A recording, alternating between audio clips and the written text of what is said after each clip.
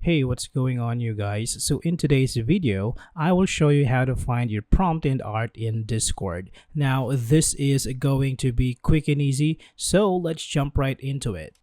Okay, so if you are having hard time keeping up with your generated images because a lot of people are also generating at the same time, what you can actually do is you can direct message the bot itself. So for you to do this, you can go to one of these servers from here. So I'm just gonna choose this one.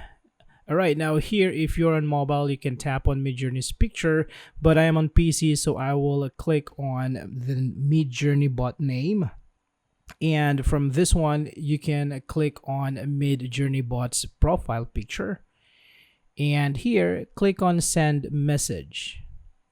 Alright, so what you have here is a private chat with Midjourney bot. So there is no other users here, it's just yourself and the bot, so you would always keep track of your prompts and arts. Alright, so that's it for this video, guys. Thank you so much for watching, and I will see you in the next one.